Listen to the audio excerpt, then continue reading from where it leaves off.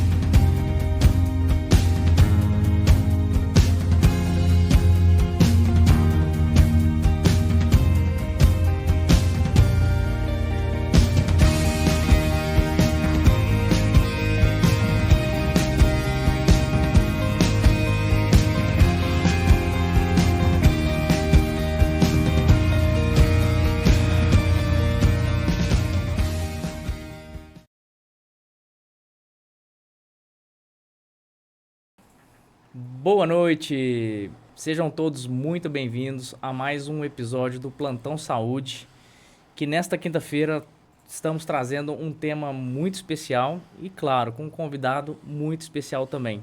Eu sou o Fábio Mello, especialista em hipnose e inteligência emocional e apresentador do Plantão Saúde.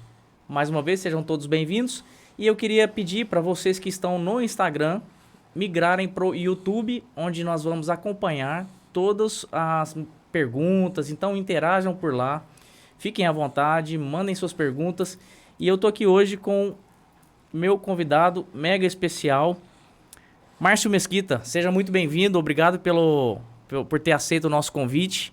E o tema de hoje, nós vamos falar sobre o papel do idoso na sociedade moderna. Muito bem-vindo, se apresente, por favor, você que é professor, educador físico, fisioterapeuta, gerontólogo. Explica pra gente, Márcio, o que é o papel do gerontólogo, por gentileza. Seja bem-vindo, muito boa noite. Boa noite, Fábio, obrigado pelo convite. Falar sobre gerontologia é algo muito atual, porque imagine só, até anos passados, né, a gente não falava tanto sobre os velhos, sobre a velhice. Esse tema surge a partir do momento que aumenta a longevidade do ser humano. E isso é um fenômeno atual, com o avanço da medicina, com o avanço das ações cardiológicas, com as ações dos antibióticos, o ser humano tem uma longevidade maior. A tecnologia, propriamente dita, ela está ligada diretamente com a longevidade, né? E também eu acredito que a conscientização, né? Hoje a gente tem muito mais informação na palma da mão. Hoje a gente tem... eu pego como base a minha mãe, que há pouco tempo atrás não tinha um Instagram, não tinha Facebook. Hoje ela está antenada em todas as mídias sociais. Sempre está mandando ali no WhatsApp, no Instagram, algumas informações. E eu acho que não só esse modelo de tecnologia, mas, sobretudo, né, a informação propriamente dito, despertando a vontade do ser humano viver mais e melhor. Sem dúvida. É um problema, né, isso que você está me colocando. Porque é um problema pelo fato de que querer viver mais é uma coisa. Mas será que esse viver mais vai ser melhor? Né? Então, a gente lança a mão disso. Bom, a vida ela tem um começo e tem um fim. Desse começo ao fim se chama envelhecer. Né? Então, esse é o processo. Morrer pode vir em qualquer ponto. Então, ele não está vinculado à velhice. Você pode morrer no momento que você nasce, você pode morrer como adulto, pode morrer quando é velho. Mas o que a gente fica pensando, dentro da questão que você coloca, Eu tenho direito de morrer se eu sou velho.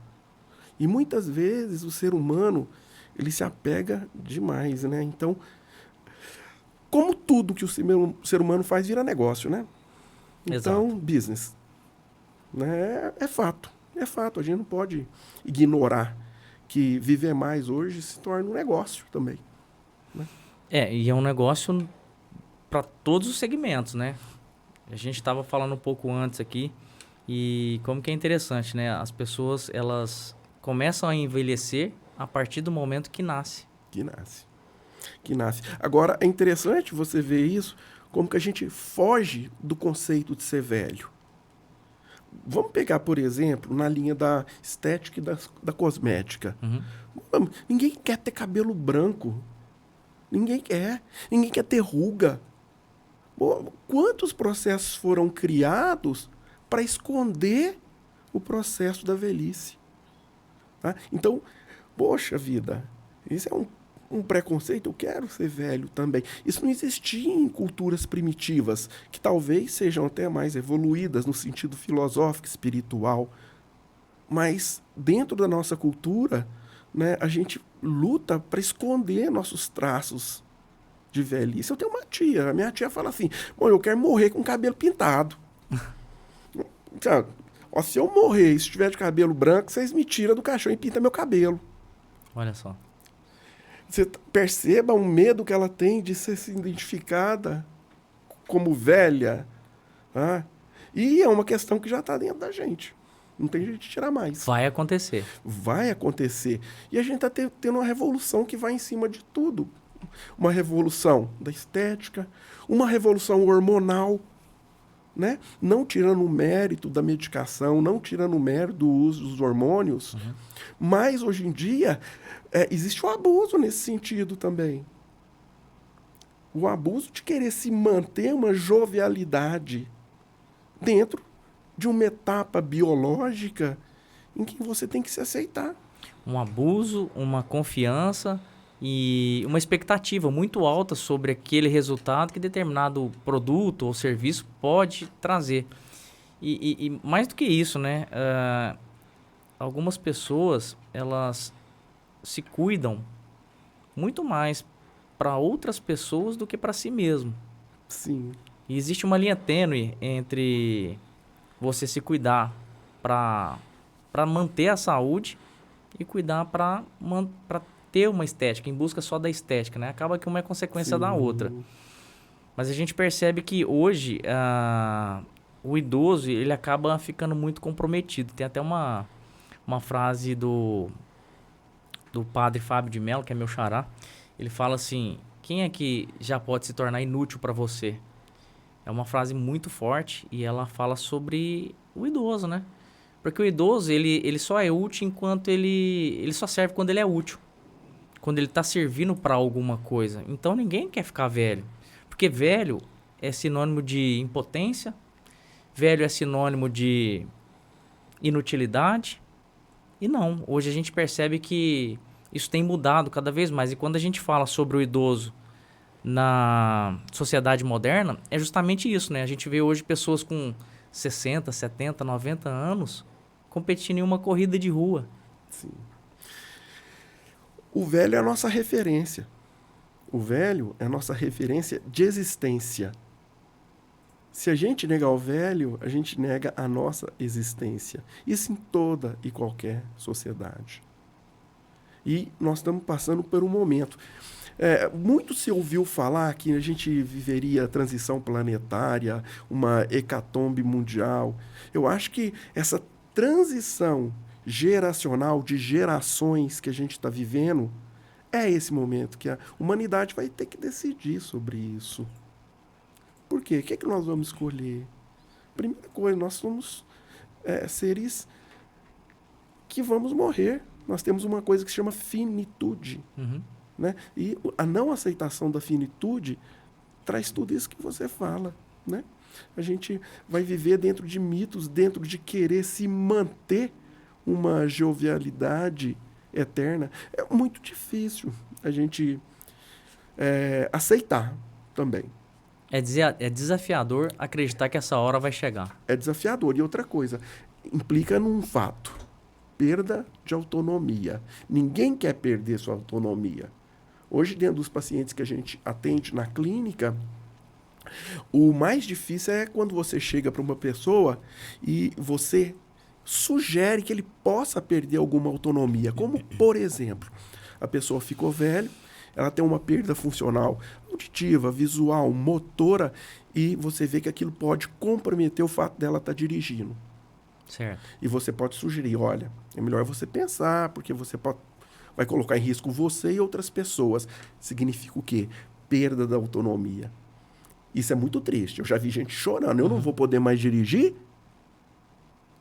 Aí, poder você pode. A decisão é sua. Só que, veja se nos limites você não vai pôr você em risco e outras pessoas em risco. Exatamente. É uma decisão muito difícil, né? Tirar essa autonomia que a pessoa por si só vive a vida toda com ela, né? Existe algum meio, algum modo que você, como profissional que cuida desse perfil de paciente, trazer isso como positivo? Ser positivo dentro desse fato. Eu acho que o positivo seria ter a sabedoria de entender que a vida é um processo. E que aquele momento chegou. Que aquele momento chegou. A pessoa que consegue entender esse processo, ele, dentro da palavra sabedoria, ele se torna um sábio.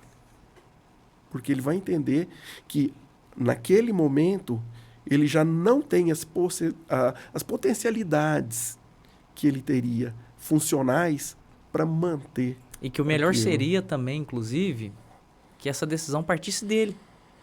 De ter esse Sim. nível de consciência que a gente está falando e, sobretudo, ele entender que é hora de parar. Até pela sua própria, como você mesmo disse, pela sua qualidade, pela sua qualidade de vida, segurança, não só sua, mas com os outros, que, por exemplo, o exemplo do trânsito, né? Que faz total sentido. E a gente percebe que hoje em dia, a gente vê, assim, no trânsito, uma série de... Esses dias eu tava na rua e passou um carro acelerando assim, eu achei que era um jovem. E era uma jovem senhora, na verdade, passando, e eu falei, meu Deus do céu, olha só. Você assustou. Eu assustei, porque não é comum você ver. Mas não é que ela tinha tamanha habilidade no trânsito, é porque eu acho que ela tava com dificuldade de passar a próxima marcha.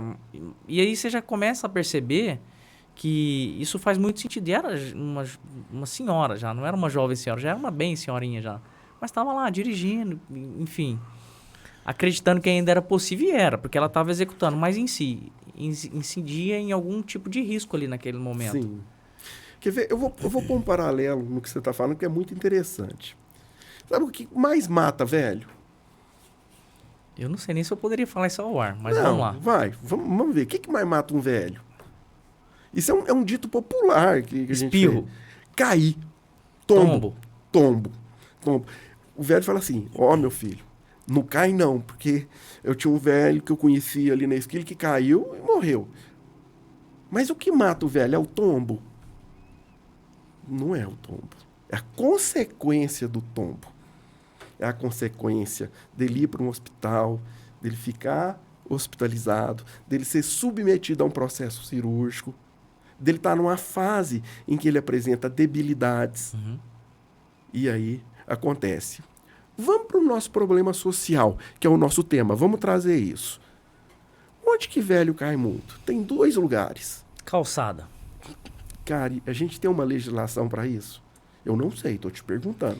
Se Uberaba tem isso. Eu acredito que ela exista no papel, mas ela não é bem executada. Tá. É um problema que a gente tem. Tendo ou não tendo regulamentação. E o segundo é acidente doméstico. Quem sobe na cadeira para trocar a luz, cai, toma um tombo. Agora, veja bem. É possível evitar isso? Não é. Isso é um acidente. Se eu tenho que cair, eu vou cair. Não tem. É possível minimizar? É. Sim. É possível minimizar. Primeiro com a consciência, que você não vai subir numa cadeira a mais. Eu hoje não faço coisa que eu fazia quando eu tinha 30 anos.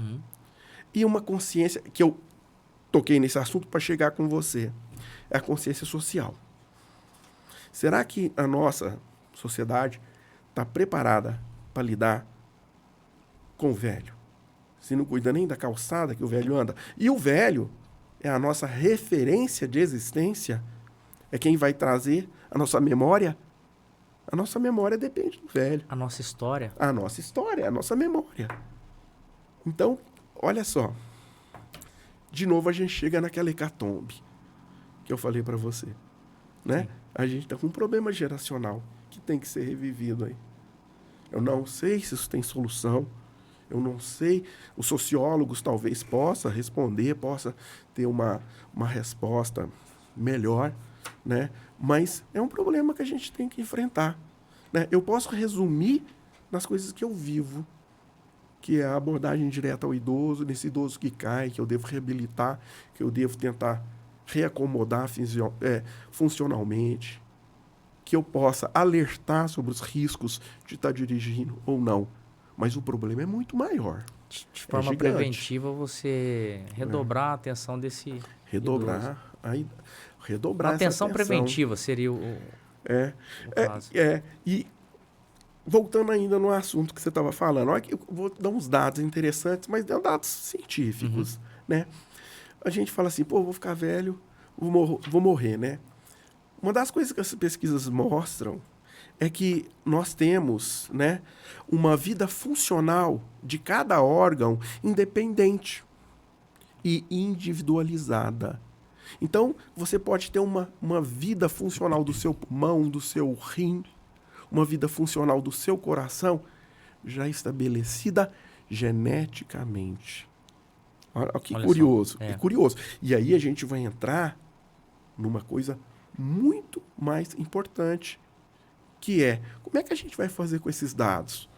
Como é que uma empresa vai pegar todos esses dados e jogar, ó, fala aí, Fábio, me dá seu DNA aí que eu vou ver. Não vou te contratar não, Fábio, você vai morrer daqui uns anos aí, ó, tô vendo que você tem cardiomiopatia hipertrófica na família aí, você pode bater as botas. E eu vou ficar na mão. E vai ficar na mão. E a privacidade disso? E aí a gente vai entrar nisso tudo e vai estar até na inteligência artificial. Se a gente puder, diante do ser humano e diante da velhice. O que é muito mais complexo. É uma coisa que eu estou voltado. Nesse momento, é entender como é que a inteligência artificial vai lidar com isso. É um tema bem interessante, até porque a inteligência artificial hoje ela está em praticamente tudo que a gente vê. Tem tudo. Né? Então, de alguma forma, vai existir especialistas que vão buscar esse tipo de informação. Já existe, né? Na verdade é essa. E talvez não está tão claro, tão nítido, mas isso já está escrito que vai acontecer. E a questão que eu coloco, por que a gente está estudando isso? Porque a gente percebeu que essa inteligência, ela apresenta algoritmos e viés. Existe um viés daquela pessoa que elaborou. E qual o viés que a sociedade lança mão hoje sobre o que é ser velho e o que é estar na velhice? Você me diz palavras que ser velho é ser inútil, é chegar naquela etapa da vida. Associam a isso. Atribuições pejorativas, né? Como inutilidade. Cagar. Exato. É isso aí. Pois é. Como é que a gente vai fazer com isso? Isso aí vai ser os elementos que vai ser jogados na mídia, que já estão lá. Como é que a gente vai lançar a mão desses dados para chegar num futuro melhor? Né? Então, a gente vai ter que olhar os aspectos éticos que envolvem isso. Que envolve a velhice, que envolve o envelhecer, né? Que envolve o ser humano como um todo, desde o nascimento até a morte. Né? Veja só, a gente está discutindo velhice, mas na mídia se dizia aí sobre o aborto, que é um tema atual também. Da mesma forma... Extremamente atual, inclusive. Né? Da mesma forma que eu posso discutir com você o aborto, se eu jogar para a velhice, eu vou discutir a eutanásia ou a distanásia. Até que ponto eu devo, né, achar que aquela pessoa ela está tendo qualidade de vida naquele momento. Né? Então, o tema é muito extenso. É muito extenso, muito amplo. Polêmico. Polêmico demais. Inclusive, quando você fala de ética, eu falo sobre cultural também. Porque quando a gente fala de gerações, a gente está vivendo aí um momento de destoação das gerações, né? Dessa que está chegando com essa que tá na velhice, vamos dizer assim, que tá tem uma disparidade muito grande. Então, eu acho que essa geração passada, ela vai precisar voltar um pouco, e essa geração que está chegando, ela acaba aprendendo muito, indiretamente, ela acaba aprendendo muito com essa geração, que são os meus pais, os meus avós, que hoje, infelizmente, eu não tenho mais, mas... E esse nível de consciência, eu acho que levar esse nível de consciência para essa geração atual, em busca de um cuidado maior, de uma atenção maior, eu falo isso porque eu estou diariamente no trânsito e eu vejo cada vez mais a melhor idade atuando, trabalhando, fazendo coisas no dia a dia, dirigindo, como a gente falou antes. Então, essa melhor idade, que é o idoso, eles estão muito ativos. Estão muito ativos. Diferente de um tempo atrás, até que eu participei. Não vou falar muito para não revelar a idade, mas a gente sabe que essa geração de agora precisa aprender muito com essa geração que está caminhando para o fim. E mais que isso, né?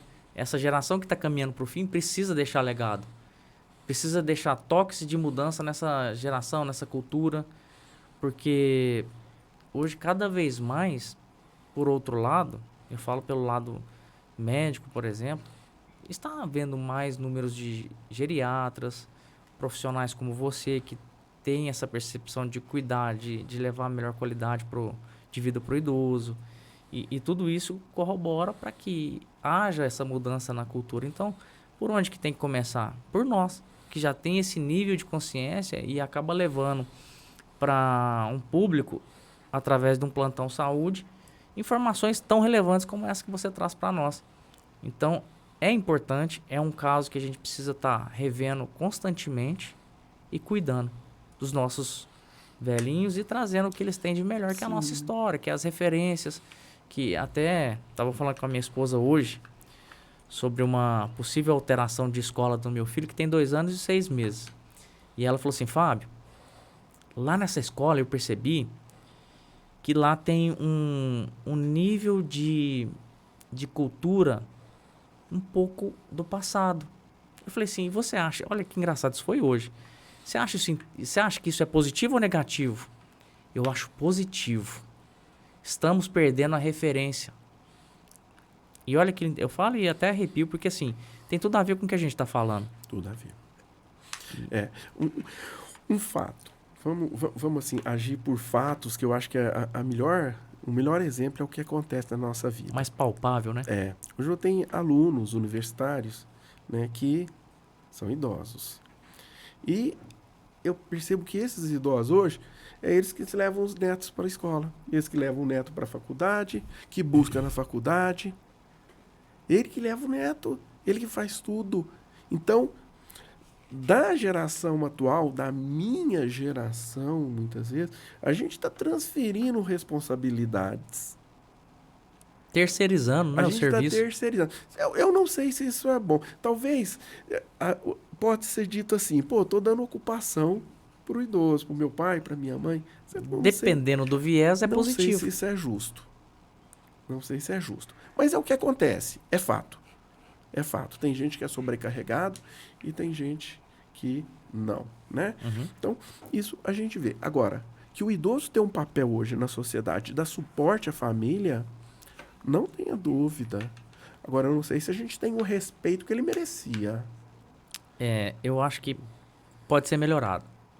Quando você traz a importância dele pro nosso convívio, porque assim, quando que a gente percebe que o idoso faz falta? Quando ele vai embora. Quando morre. Justamente. E aí eu vou esperar isso acontecer para eu poder valorizar aquilo que eu poderia ter valorizado antes? Quantas pessoas que estão agora nos assistindo, que tá do lado do pai, da mãe, que sabe lá qual foi a última vez que deu um abraço, que cuidou, né? E o idoso acaba que, com o passar do tempo, ele vai ficando muito sozinho também.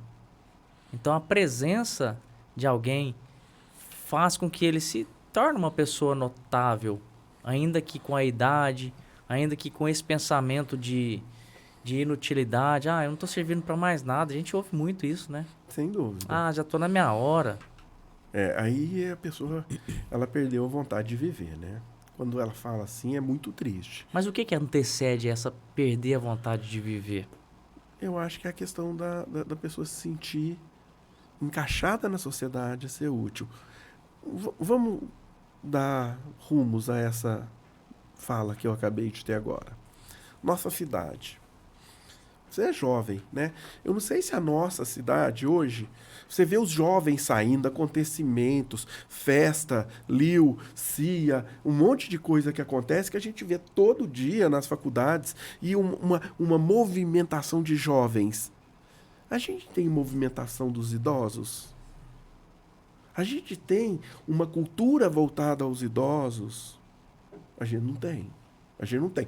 E isso eu falo, por exemplo, que eu morei em São Paulo e a gente tinha essa cultura em São Paulo. Por exemplo, eu ia a um teatro e eu via lá uma plateia com maioria de idosos.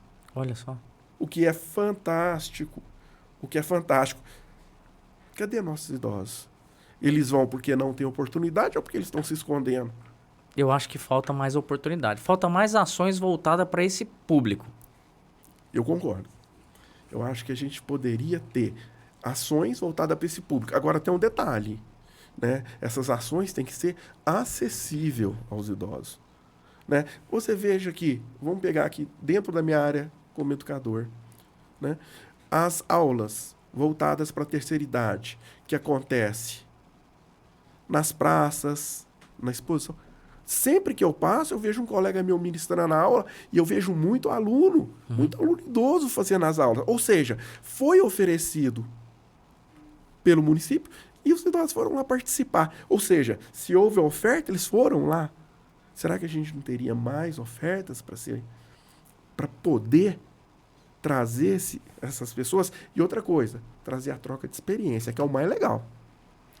E essa vivência que a gente falou um pouco antes, do idoso estar se sentindo útil, né? Porque ele vai lá, ele conecta com outras pessoas, ele troca ideias, ele acaba falando muito sobre as suas próprias histórias, se conectando com pessoas daquela faixa etária e percebendo que existe um movimento em prol deles. Realmente, Márcio, eu percebo que falta, né? E aí existe uma oportunidade, quando a gente fala de negócios, existe uma oportunidade gigante de ações que podem ser voltadas para esse público, que se dispõe de tempo, em alguns se dispõe de poder financeiro para estar participando. O turismo voltado para isso é um mercado potencial. Olha Turismo. Você vê assim, esse turismo que leva esse público para essas instâncias hidrotermais, poxa vida, é enorme. Tá? Ofereceram a possibilidade e esse público está aí para abraçar. Né? Existe essa demanda, né? Existe essa demanda. Olha que legal. Agora, vamos pensar por outra possibilidade. Será que essa pessoa está participando da vida pública de forma efetiva? Será Formativa. Né? Né? Será que está havendo ouvidos para essas pessoas? Né?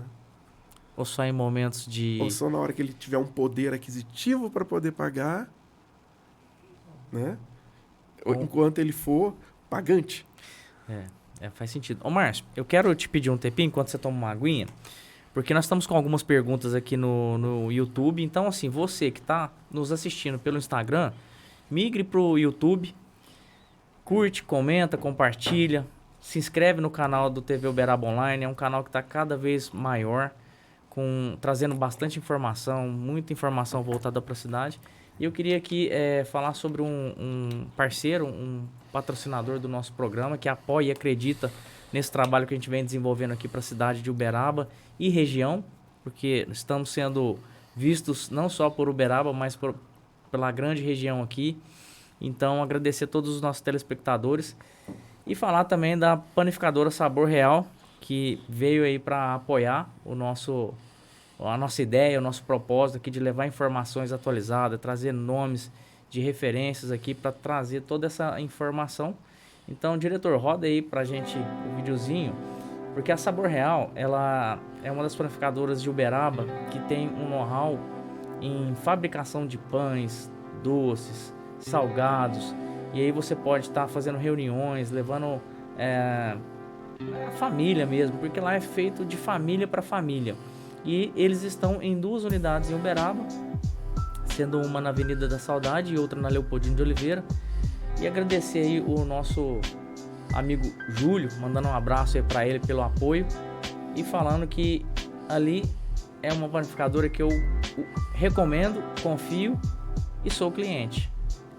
Panificadora Sabor Real, a Leopoldino de Oliveira 2541 e Avenida da Saudade 1411.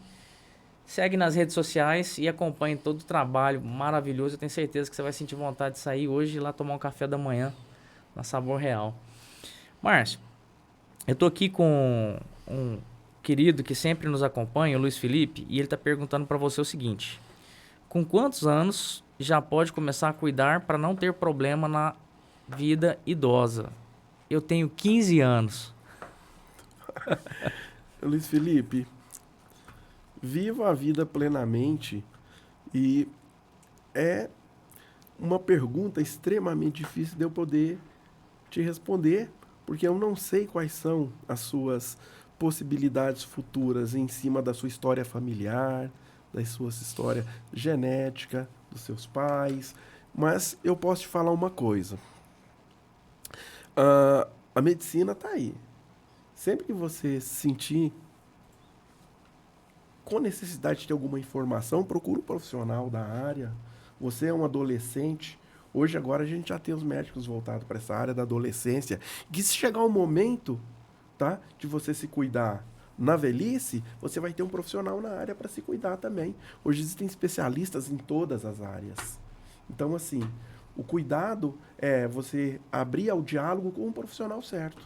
Procure um profissional para você expor suas intenções, suas dúvidas, né? Hoje em dia a gente está muito dentro desse espaço, né? Legal. Falou que não tinha resposta e respondeu muito bem. Também agradecer a Michele Salum, que está tecendo vários elogios aí pelo seu know-how, pelo seu conhecimento. É uma amiga de trabalho, inclusive, e está falando que você sempre arrasa. E também a Flávia Cristina, ela perguntou o seguinte: Márcio, como fazer para manter a sanidade mental na velhice? Puxa vida. Como é que é o nome da... Flávia Cristina. Flávia, é interessantíssima a sua pergunta, porque a mente humana no envelhecimento, ela muda, a memória muda.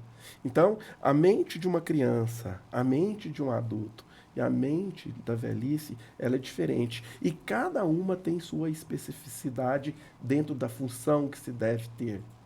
Vamos dar um exemplo. Estamos falando sobre velhos. O que é a mente do velho? No sentido da memória. Ele tem aquela memória antiga. Ele se lembra de fatos do passado. Ele tem uma recordação distante. Porém, a memória de curto prazo dele é mais falha. Ok? Né? Existem as conexões novas se tornam mais difíceis. O que se pode fazer para se estabelecer uma boa relação com essa modificação? Os estudos mostram que os idosos que, nessa fase da vida, se propõem a estudar uma língua estrangeira, a aprender uma nova profissão, a querer fazer algo diferente, cria novas conexões neurais. E isso que é legal. Então, a pessoa morre a partir do momento que ele se estabiliza, que ele estagna. Ou seja, ele não se permite aprender algo novo, ele não se permite transformar. Aí ele está ficando velho. Aí ele pode pôr o pé num espaço que ele está ficando para trás. Então, transformar ou mudar e aceitar novas possibilidades seria uma pequena auxílio, uma chave para manter a boa memória. Legal. Edilma também, parabenizando aí pela sua aula, né? Surpreendente aí a sua sabedoria, te mandando um grande abraço. E falou que a nossa entrevista está sendo maravilhosa, porque está falando de temas extremamente relevantes, falando do idoso com muito respeito. E é claro, sempre com muito cuidado, né? Porque a nossa intenção é justamente essa, despertar sentimentos e comportamentos positivos, né, para os nossos telespectadores, para transformar, ser agentes de transformação. Márcio, tem uma coisa que eu sempre ouço, que é as pessoas falando assim, eu não sou dessa época aí, não, a minha época é outra. Só que nesse mesmo momento, a pessoa está aqui e agora. Sim. E aí você fala que quando você está numa idade avançada, como lidar com a sanidade mental, porque tem lembranças, tem história e tudo. Só que partindo do ponto de que essa pessoa está aqui e agora, ela também não está vivendo o aqui e agora, com a vantagem de ter a experiência daquele tempo que ela teve de gerações passadas, por exemplo. Então ela tem uma larga vantagem comparada à geração de agora, porque ela traz consigo a experiência do que ela já viveu, vivendo no mundo de agora, que está em constante transformação. A gente sempre esteve, mas numa transformação muito rápida, né? Numa velocidade assim, a própria pandemia trouxe essa aceleração do tempo. Quando é que a gente ia imaginar que a gente está transitando num carro 100% elétrico em tão pouco tempo, né? Antes da pandemia não existia. Sim. Vamos falar de 3 anos, 4 anos atrás. E hoje a gente anda na rua, de cada 10 carros, um é elétrico. Sim. O que você me fala sobre esse pensamento das pessoas? Então, se você que está aí nos assistindo e fala isso, eu sou de outra época, eu não sou dessa época, você está aqui agora. Então, você tem todo o direito de viver o aqui e agora. E talvez isso seja um parâmetro para a saúde mental, para a sanidade mental do idoso viver o aqui e agora. Sim. Nem tanto no passado e nem tanto no futuro, prevendo a morte, querendo que a hora dela chega. O que você me diz sobre isso? É um pensamento que faz sentido para essas pessoas que é de outra época? Sim. E que acham que não está vivendo esse momento de agora? Vamos lá. O jovem, ele tem a seu favor a vitalidade, né? A vitalidade física, a plenitude.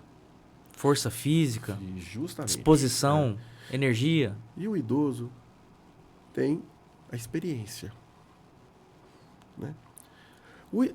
A força física, ela é explorada no aqui e agora, porque essa pessoa é força de trabalho.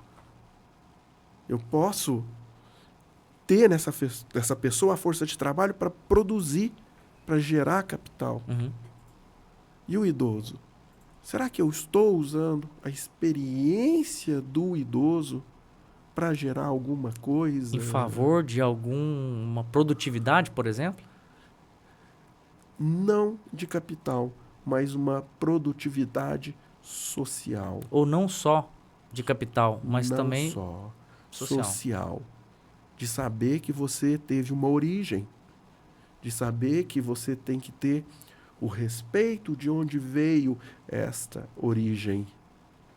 Hoje em dia, eu tenho dificuldade em dar aula no sentido de estabelecer o diálogo. Eu falar e você escutar. Ter uma escutativa, ou seja, me escutar e entender o que eu estou dizendo. Hoje em dia eu entro em uma sala de aula, muitas vezes, é tanta gente, tanto jovem falando junto, que eu não sei se ele tem percepção para poder entender o que está sendo dito, né? Quando você vê um diálogo entre jovens em grupo e um diálogo entre idosos em grupo, muitas vezes você entende. Quando você tem o idoso, geralmente um fala, o outro escuta, os outros comentam. Existe um time. Uhum. No jovem, o time é atravessado o tempo todo. Cria uma desarmonia nesse diálogo. E talvez isso seja a importância de estar conversando com o idoso. Quando o jovem conversa com o idoso, ele resgata esse time de poder falar e poder escutar. Mas será que a gente está tendo direito de poder aproveitar essa experiência?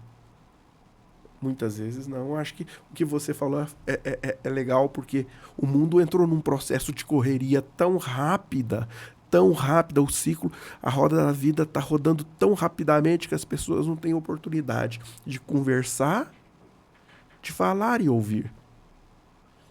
E sim vira um murmúrio sem sentido. Eu percebo isso, Márcio, no meu dia a dia.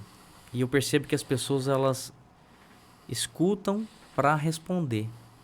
Então, chega um determinado ponto do diálogo que você é interrompido porque ele já raciocinou o que você ia falar, já deduziu o que vai ser falado e ele conclui antes mesmo de você terminar. Então, de forma, né, geral, eu percebo que no meu dia a dia, na minha comunicação familiar, com alguns colegas, amigos, eu percebo isso, que as pessoas escutam para responder e não escutam para entender.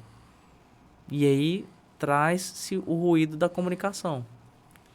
Então, quando você escuta para entender, o diálogo acontece.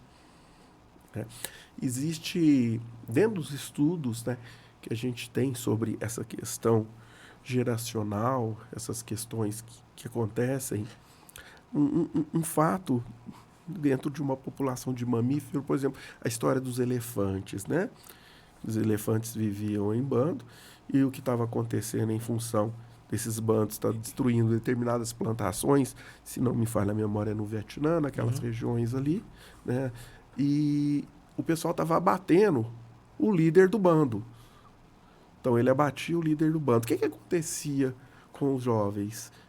Virava um grupo de elefantes altamente agressivos, destruidores, que entrava dentro das tribos e estava matando a população tribal. E quando tinha o grupo de elefante que tinha o líder, muitas vezes ele sabia ponderar isso e evitar esse conflito de interesse. Veja, a gente está sem referência. Nós estamos perdendo essa referência. Se a gente não resgatar a nossa referência do idoso, não talvez tanto pelo que diz, mas pelo respeito que a gente deve ter com eles, a gente vai perder essa referência.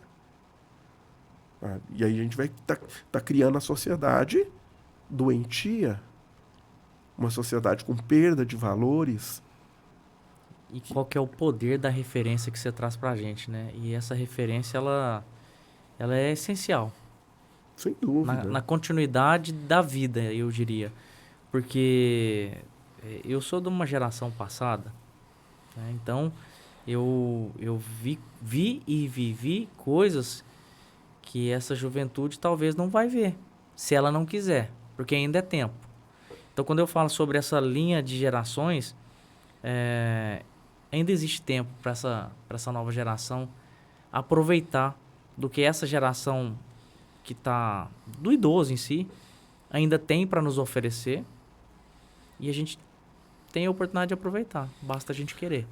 Você se disponibilizar, abrir seu coração e conversar com seu avô, conversar com a sua avó, perguntar o que ele fazia, como que era a vida dele jovem, aí você vai estar recebendo essa sabedoria.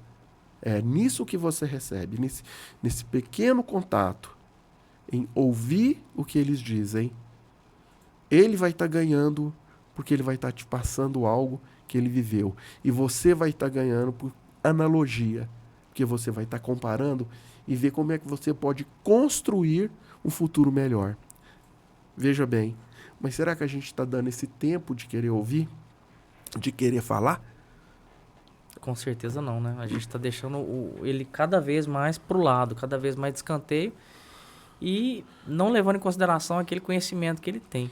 Tem um dos mentores que eu sigo, que é o Clóvis de Barros, ele fala muito sobre o pai dele. E ele fala que o pai dele falava coisas que no futuro, quando ele estava na faculdade, ele escutava os filósofos falarem. Só que o pai dele já falava para ele com outras palavras, mas ele falava. E aí, hoje eu estava assistindo um podcast, e nesse podcast existe um papo de coach, né? Que você é a média das 5 pessoas com quem você convive. E apesar das pessoas acharem que isso é papo de coach, isso acontece. E é real. Então, a minha avó já falava, com quem que você está andando? Quem são as pessoas com quem você está andando? Você está andando com pessoas do bem? As pessoas com quem você está andando te acrescentam alguma coisa? Então isso tem muito a ver.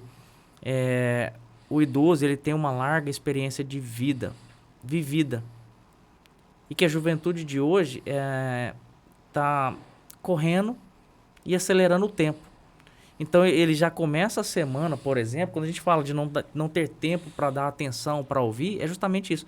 Ele já começa a segunda-feira ou domingo pensando no que vai acontecer na sexta. Chega na quarta e fala, nossa, ainda é quarta-feira, a sexta não chega. Ele está querendo acelerar o tempo. E ele está perdendo tempo em acelerar o tempo e perdendo tempo em não dar tempo a quem tem experiência, a quem tem vivência e que pode agregar em muito. Um fato interessante também. Isso foi na época do mestrado. Eu tive um colega que queria fazer uma pesquisa dentro do idoso, dentro das comunidades carentes, das favelas, digamos assim. Uhum. E ele foi procurar para fazer entrevista. Era uma pesquisa assim, social, que ele ia entrevistar o idoso que morava na favela. Isso em São Paulo, na época. E o que ele descobriu? Ele descobriu que não tinha idoso na favela. Dentro daquele conceito de ser acima de 60 anos de idade. E por que não tinha idoso na favela? Porque geralmente o pessoal morria antes. Pelos conflitos que tinha. Ou conflitos em relação a distúrbios policiais, ou com vizinhança, mas morria. Então, muitas vezes, dentro daquela favela que ele foi investigar, ele não tinha idoso. Se perdeu. Olha só, que comunidade é essa aqui? Ela não tem referência. Ela não vai ter referência de memória. Ela não vai ter referência de diálogo, do contar. É algo que vai ficar empobrecido. E possivelmente nessa mesma região haviam muitas crianças. Muitas crianças. Isso vai gerar consequências. Né? Como é que... O que eu vou ser? E aí, você falando isso sobre essa pesquisa, me remeteu à história do elefante. Sem líder, sem referência. Sem referência. O que aconteceu com os jovens que cresceram dentro dessas manadas? Eu vou matar os humanos porque eles mataram meus pais. Isso tem até um filme, eu não me lembro agora do filme que relata essa história desses elefantes. Eles atacavam as aldeias, destruíam as aldeias. Já os elefantes mais velhos sabiam da capacidade bélica do ser humano, ou seja, tinha arma e ia matar. Uhum. Eles falavam, não vamos nos aproximar daqueles animais ali, porque as consequências não serão boas. São perigosas. Já eles outros perderam a referência. Então, a lição que a gente tira disso é será que estamos perdendo a referência. Estamos perdendo a referência. Sim, não tenha dúvida. É uma crítica política social. Não tenha dúvida que isso vai acontecer. Márcio, e a gente percebe que no mundo capitalista existe também uma briga constantemente sobre a etariedade, né? Que é o idoso no ambiente de trabalho. E existem algumas corporações, algumas empresas que limitam isso. E ao longo da nossa conversa eu tive uma percepção quando você coloca a vitalidade versus a experiência. E aí olha que engraçado. Às vezes, de forma intencional, eu pergunto para alguém que geralmente fala assim, se eu tivesse a cabeça de hoje, há 20 anos atrás, meus resultados seriam diferentes. Para essa mesma pessoa, eu pergunto o seguinte, tá, mas se você tivesse um poder de voltar 20 anos atrás, mas com a cabeça de 20 anos atrás também, você queria? A grande maioria me responde que não. Então, eu percebo que a experiência ela tem um valor imensurável. E que esse valor não tem valor. Esse valor não é valorizado por essa geração que antecede o idoso. Então, eu acho que isso é muito importante a gente ressaltar, porque eu lembro uma vez, meu pai sempre foi motorista de caminhão, ônibus, e teve uma época que a empresa ela quis mudar o cenário dos seus motoristas. E o que ela fez? Demitiram os velhos e contrataram os jovens. Trocaram experiência por vitalidade. E o que começou a acontecer? Acidentes de trânsito, acidentes com os ônibus. E aí o prejuízo foi incalculável, porque era seguro de vida, seguro de passageiro e tal. O que eles fizeram? Voltaram à estratégia anterior e contrataram os mais experientes. Que apesar de não ter aquela vitalidade de dirigir por horas e horas, ele tinha o cuidado. Bom, você expressa tudo que a gente tá falando, né? Que tem lugar para todo mundo. No meu dia a dia, eu trabalho com um grupo de idosos. Então, na clínica, a gente tem, dentro da hidroginástica, eu trabalho com um grupo de idosos que, invariavelmente, a hora que eles chegam na aula, né, que eles vão entrar na piscina, vai chegando um, deixa uma bengala. Vai chegando outro, deixa um andador. Vai chegando outro... Bom, aí você olha para a turma, olha para aquele perfil e fala assim, poxa, mas como é que esse pessoal vai fazer aula? E a hora que a gente faz a aula, que a gente tem a dinâmica, a aula acontece que nem parece que alguém ali tem alguma deficiência. Algum tipo de limitação. A aula flui. É legal. Você tem a participação e todos querem. E tem a aula dos que são normais, que flui também. Que flui maravilhosamente bem. Agora, o fato de eu trabalhando com pessoas acima de 60 anos, com deficiência, não limita em nada. E o importante, eles saem felizes do que eles fizeram. Então, não há limitação. O que eu falo muito do idoso é que o idoso ele não pode comprar isso que estão vendendo para ele. Então, tem que partir do próprio idoso. Não compre. Se ele aceitar... Se ele aceitar... Ele está fadado a uma condenação de vida. Ele vai falar o que você me disse anteriormente. Estou esperando a minha hora. Não faça. O segundo que passou aqui agora é uma dádiva que a gente recebe. Vamos aproveitar. Se eu estou falando aqui agora, eu agradeço esse momento que eu estou tendo de poder tentar ajudar alguém dentro do que eu escolhi como minha filosofia de vida, que é trabalhar com o idoso. Então, a minha ideia é, dentro desse tempo, estar contribuindo. Agora, se o idoso pode contribuir, ele pode exercer, ele vai achar algo. Ele vai achar algo para estar contribuindo, para estar fazendo. E eles procuram, sim. Eles querem. A sociedade, muitas vezes, é que tolhe. Eu percebo muito isso. Tá? A sociedade é que tolhe. É. A própria falta de eventos voltados para esse público está tolindo também esse público, né, que existe. E é engraçado que a gente percebe o quanto, eu particularmente, né, eu percebo o quanto que o idoso ele é essencial na nossa vida. Né? O quanto que parar, dispor de um tempo, ouvir, conversar. E eu te confesso que eu estou precisando fazer mais isso. Não que eu não faça. Mas isso que você está trazendo para mim e o fato de estar aqui falando sobre esse tema com você traz um ensinamento muito grande, não só para quem está nos assistindo, mas eu também estou aprendendo muito com isso. E eu costumo falar, né? Se você aprende e não coloca em prática, logo você não aprende. Sim. E se você está aprendendo e colocar em prática, você já, além de aprender, está gerando transformações. Sim. De sentimento, de momento, de memória.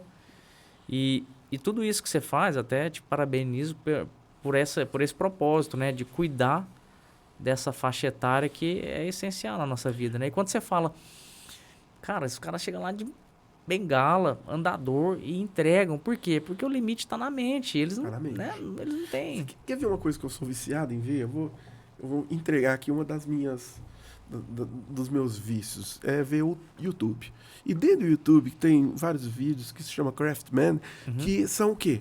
Pessoas que produzem trabalhos manuais, produzem alguma coisa, uma cesta ou algo.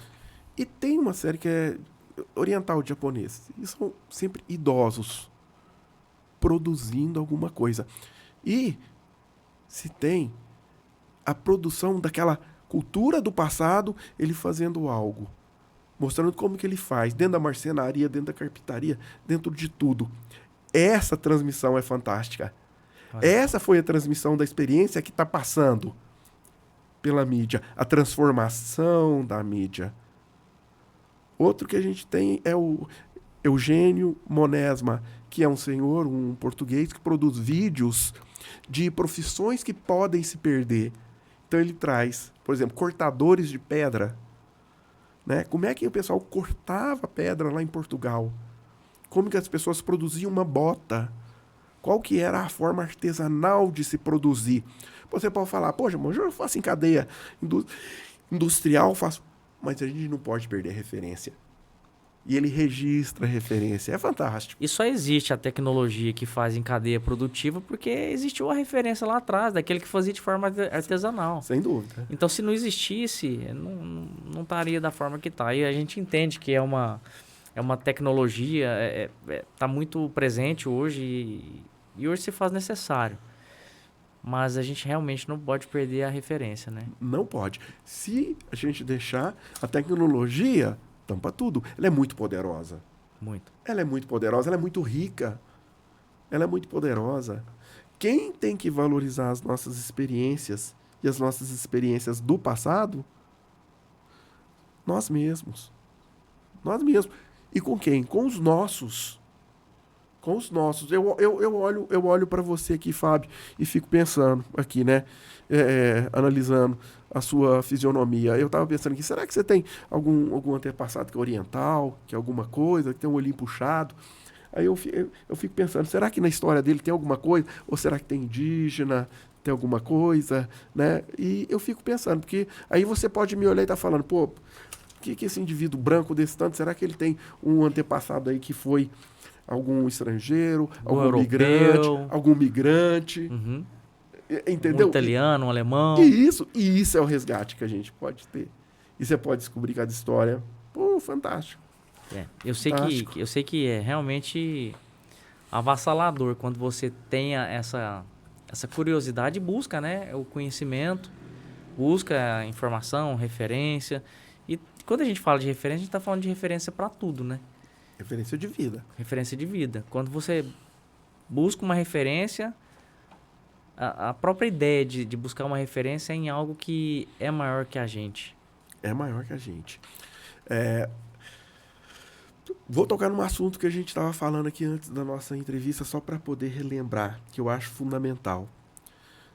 A inversão da pirâmide. Da pirâmide etária. A gente tinha uma construção piramidal no passado, em que a gente tinha, né, um grande número de crianças, uma média de adultos e uma pequena, a ponta dessa pirâmide, de idosos. A inversão da pirâmide demográfica, o que está fazendo? Está nascendo menos adultos, está se mantendo e está aumentando os idosos. A pirâmide virou de cabeça para baixo. Sim. Fatores que aconteceram isso. Fatores, evolução da ciência tecnológica, antibióticos, cardiologia, anticoncepcionais, né, que já evita aquela natalidade. Só que tem algo que a gente tem que lembrar. O idoso, ele tem que sobreviver. Quem vai pagar? Quem vai pagar a aposentadoria do idoso? Então, eu estou tocando nisso porque é um problema que a gente tem. E a gente que é votante, que a gente ainda impõe a nossa decisão em relação à sociedade que queremos, né? Quem fala sobre isso? Sobre manter os direitos dos idosos. Eles lutam sobre isso. A Associação dos Idosos lutam. Eles não gostam de perder seus direitos, nem devem. Tá? E nós devemos manter isso. É uma questão de honra. Eles trabalharam. E essa bomba está vindo aí. Ela, na verdade, não é um problema do futuro, é um problema atual. Atual. Será que a gente vai ter dinheiro para poder pagar isso? Será que a gente tem recursos para manter? Existe um planejamento para esse futuro presente? Eu não vejo. Eu desconheço. Eu não vejo um governo que possa falar, olha, vamos fazer um planejamento para a gente poder resguardar a previdência dos idosos. Eu só ouço o contrário. Né? Que a previdência está falida, que isso, que aquilo. Não existe idade limite mais para se aposentar? Justamente. Então, assim... O idoso está cada vez mais no mercado de trabalho e cada vez mais o mercado de trabalho se retraindo para o idoso. O idoso aposenta e vira Uber. Aposenta e vira Uber. É isso que acontece. Sabe? Então, assim... E a quantidade de idosos aposentados trabalhando, não só de Uber, né? Mas em outras funções.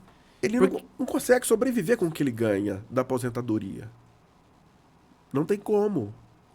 Só de remédio que ele toma, ele vai gastar o que ele ganha. Então ele acaba... Ele tem que arrumar meios para sobreviver. Quantos idosos são cuidadores de idosos? Minimamente digno, né? Olha, a profissão que eu acho mais difícil, tendo a minha pequena experiência de vida, é ser cuidador. Cuidador de idoso. Uhum. Imagina você ficar o dia inteiro com uma pessoa, né? E assim, você naquela rotina de 1 para 1, né? Sem se estressar, né? O estresse que eu falo não é com a pessoa, mas é estresse de ficar dentro de uma rotina única. 1 para 1. Um Eu para acho um. que esse é... O cuidador é assim. O cuidador, eu brinco muito, eu falo assim, não é profissão, é perfil. A pessoa, para ser cuidadora, ela tem que ter um perfil próprio para ser, senão ela não consegue mentalmente. É igual astronauta. Uhum. Não é qualquer pessoa que vai ser astronauta. Não é que você vai subir lá pro espaço e viver dentro de um cubículo. 6 meses, 6 um meses, ano. fica lá. Cuidador é assim. E o que está acontecendo com o cuidador? Geralmente, o que está acontecendo é que o cuidador de idosos está sendo idoso também. Tá sendo idoso. Porque ele vai ter compreensão. Olha só, isso é um fenômeno que está vindo aí. E quando a gente para te ouvir falando isso, a gente cai numa reflexão poderosa, porque isso é a realidade. É a realidade. E não existe um plano, a gente está falando isso porque foi até bacana você tocar nesse assunto, a gente antecipou esse tema antes da gente ir ao ar, e é extremamente relevante e preocupante. Se a gente não observar agora o que precisa ser feito, principalmente em anos eleitorais que a gente está vivendo, saber definir, entender quais são os planos de governo, os planos, né, voltados não só para o idoso, mas de forma geral, e em especial para o idoso. Qual que é o plano que a gente vai ter para eles? A política pública voltada para o idoso. Agora, se eu te falar uma coisa que, dentro da minha percepção do dia a dia, da conversa que a gente está tendo, eu acredito que o idoso ele tenha uma percepção muito maior do que o jovem sobre política pública. Eu acredito que sim. Eu acredito. Porque ele teve a experiência. Então ele olha para trás e tem os relatos do que já aconteceu. E ele vai ter as escolhas dele. Né? Então, são paradigmas que a gente vai viver. Olha, a gente tem um comentário aqui também no Instagram, Márcio, da Vanessa, que ela tá falando assim que ela já prevê que vai ficar cada vez pior. E fato é que se a gente não se preparar o quanto antes, isso vai acontecer. Tem uma pergunta aqui no YouTube do nosso telespectador Diego Guarato. Qual seria a solução para o problema da Previdência? No caso da pirâmide invertida. Existe uma solução? Porque antes de mais nada, Márcio, a gente sabe que não existe um planejamento propriamente dito para esse fim, mas antes de mais nada a gente precisa entender se existe uma solução e qual solução seria essa. Vamos lá, Diego, eu vou te responder isso com uma pergunta, né? Ao mesmo tempo que a gente tem idosos que recebem um salário mínimo, nós temos pessoas ligadas ao poder público que recebem 100 mil, 150 mil, fora o que está agregado a esses valores, né? E a gente sabe que dentro da nossa lei, da nossa Constituição, ninguém poderia ter um salário maior que o do presidente da República. Pô, como que isso acontece? Ué, nós temos lei ou não temos lei? Né? Então nós vivemos num país que as leis não são cumpridas. Então nós oferecemos para muitos, para outros pouco. Então existem privilégios. Se a gente não mexer com os privilégios, né, a gente nunca vai poder tentar nivelar esses valores. Isso seria o começo. Isso seria o começo. E dentro da Previdência Social, existem pessoas especialistas que trabalham dentro desse conceito. Várias pessoas que sabem que dentro da Previdência existe solução para isso. Existe uma forma de fazer uma transferência. Só que vai ter que mexer com gente poderosa. Né? Então, essa é a ideia. E aí entra uma guerra de conflitos pessoais, onde que torna o processo ainda mais distante da realidade, né? Distante. Até porque quem tá lá não tá preocupado com quem vai ficar. Não tá. É um processo político. Como fala assim, o ser humano é um ser político, né?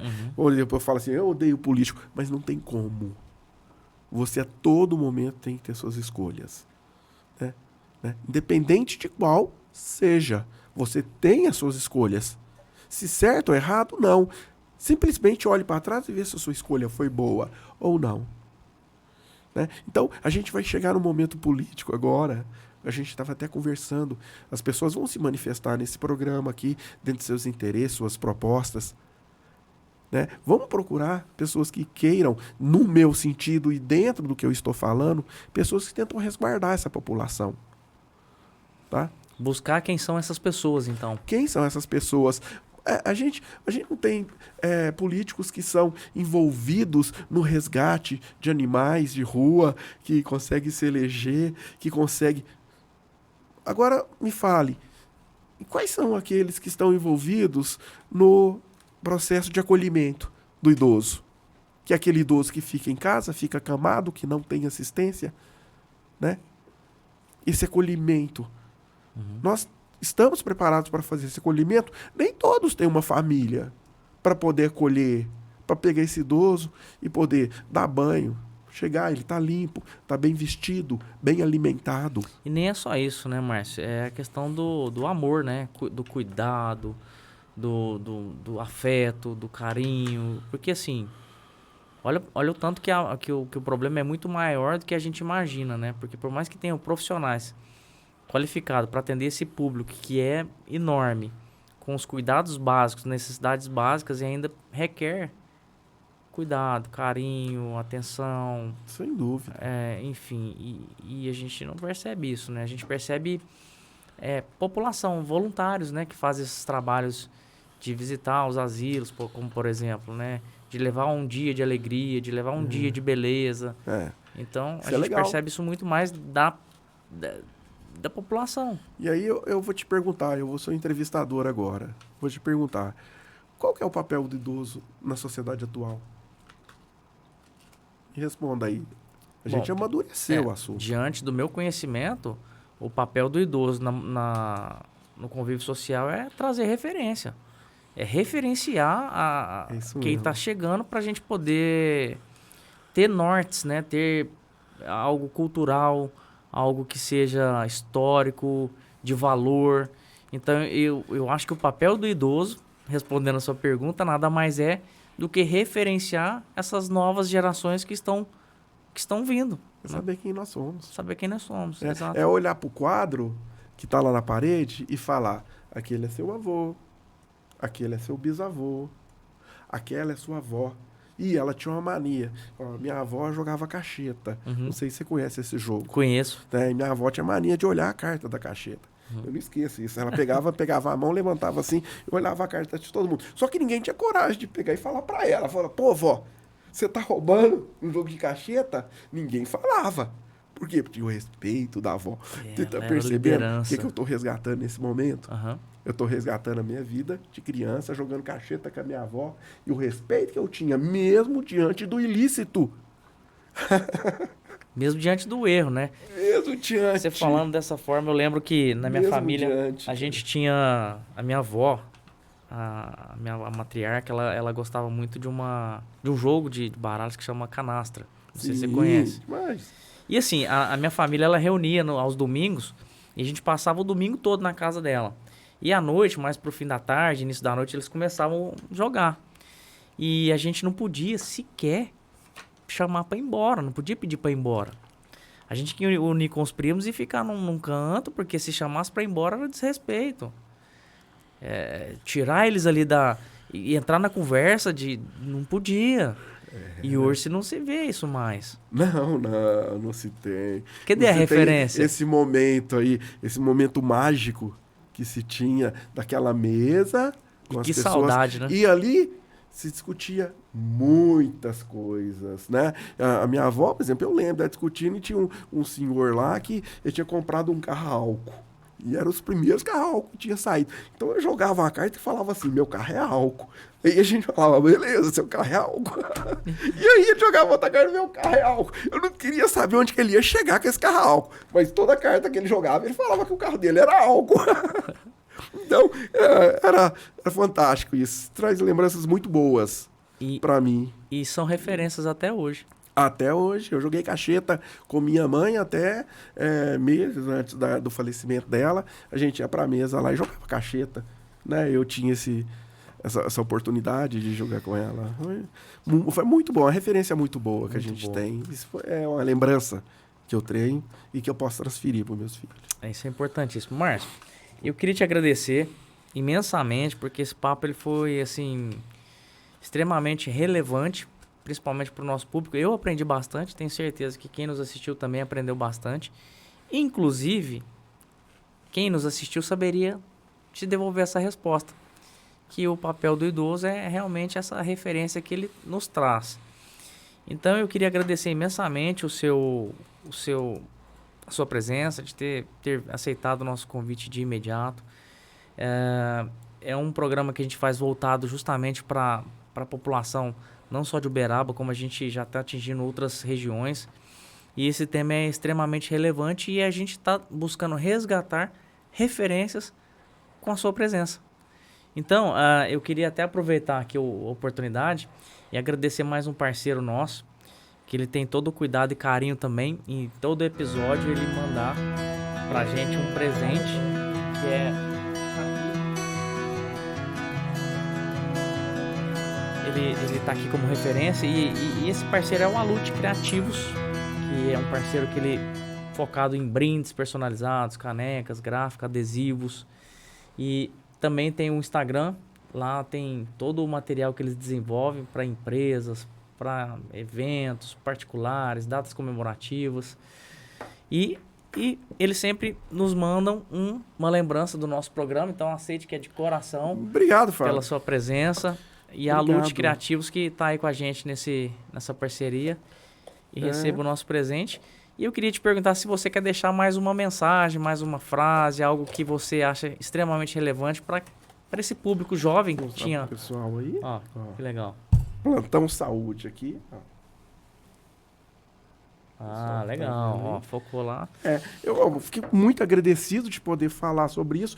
As oportunidades são poucas. É um assunto que não é tão atraente, não financeiramente. Então, eu fico feliz que foi a área que eu escolhi para estudar, né? Que eu falo sobre isso, que eu estou com as pessoas todo dia vivendo isso. Agradeço a oportunidade de estar falando.